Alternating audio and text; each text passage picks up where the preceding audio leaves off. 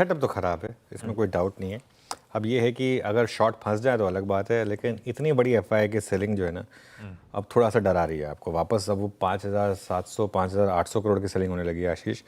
और एक अच्छी चीज़ ये है कि DIs मैच कर रहे हैं नंबर टू नंबर, और आप देखें तो अगर इवन ग्रॉस नंबर में भी वो मैच कर रहे हैं। तो उन्होंने पूरा का पूरा फ्राइडे के भी जो ग्रॉस नंबर हैं वो DIs के ज़्यादा हैं एफआईएस के मुकाबले।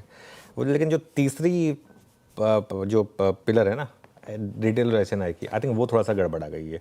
वरना ऐसे नंबर हमने पहले भी झेले हैं, लेकिन ये देखिए किस तरीके से, और ये नंबर 3,500 करोड़, 5,000 करोड़, 5,600 करोड़, ये बढ़ता जा रहा है। और सामने DIs की बाइंग भी ऑब्वियसली बढ़ रही है।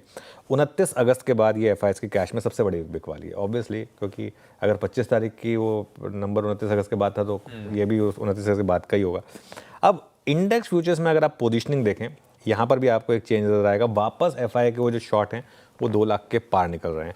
और वो लॉन्ग शॉर्ट का अगर आप चेंजेस देखेंगे, अच्छा फ्राइडे को क्लाइंट्स ने, यानी कि डोमेस्टिक क्लाइंट्स ने लॉन्ग ऐड करे और उनको शॉर्ट प्रोवाइड करे एफआईएस ने 19,000 के करीब शॉर्ट ऐड करे।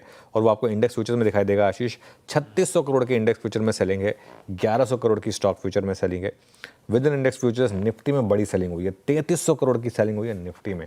बैंक निफ्टी में कम है, करीब 150 करोड़ की। वो टेबल आएगी आपके स्क्रीन पर बहुत दिनों के बाद। देखिए, या तो हम बाइंग देख रहे थे या माइनर सेलिंग देख रहे थे। बहुत दिनों के बाद इस तरीके का आपने नंबर देखा है, 3300 करोड़ के करीब की सेलिंग 13 मई के बाद। इनफैक्ट ये एफआईएस की इंडेक्स फ्यूचर में यानी निफ्टी फ्यूचर में सबसे बड़ी सेलिंग है। और जैसे हम बता रहे थे, और ये ज़्यादातर जो है ना, ये लॉन्ग एंड वाइंडिंग नहीं है, प्योर शॉर्ट बिल्डअप है। 19,000 शॉर्ट ऐड हुए हैं। और लॉन्ग शॉट देखिए एफआईएस का स्टॉक्स में भी अगर आप देखें, स्टॉक्स में भी ज़्यादा शॉर्ट ऐड हुए हैं। और वो ग्राफ आपको अब क्लियरली देखिए वो डाउन दिखाई दे रहा है, क्योंकि अब वो बाकी में डाउन आया है। और वो परसेंटेज टर्म्स में और कॉन्ट्रैक्ट टर्म्स में देखिए 15.6 वाला 14.34 पर आ गया है। और नेट शॉर्ट 1,48,000 वाले 1,67,000 पर आ गए हैं। इंडिया विक्स भी 6% ऊपर था, 11.42 पर आया। अब फाइनल इंडिया विक्स उसके साथ अलाइन कर रहा है जो मार्केट है उसके हिसाब से। और पुट कॉल रेशो 0.63।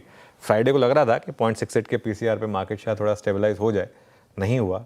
आज भी उम्मीद तो रहेगी कि 0.63 का put call ratio, index stock future दोनों में सेलिंग, शायद मार्केट थोड़ा स्टेबलाइज हो जाए। बैन में एक ही अपडेट है, सिर्फ एक स्टॉक बैन से बाहर आया है, वो है सम्मान कैपिटल। अब सिर्फ एक स्टॉक बैन में रह गया है एक्सपायरी से एक दिन पहले, वो है RBL बैंक।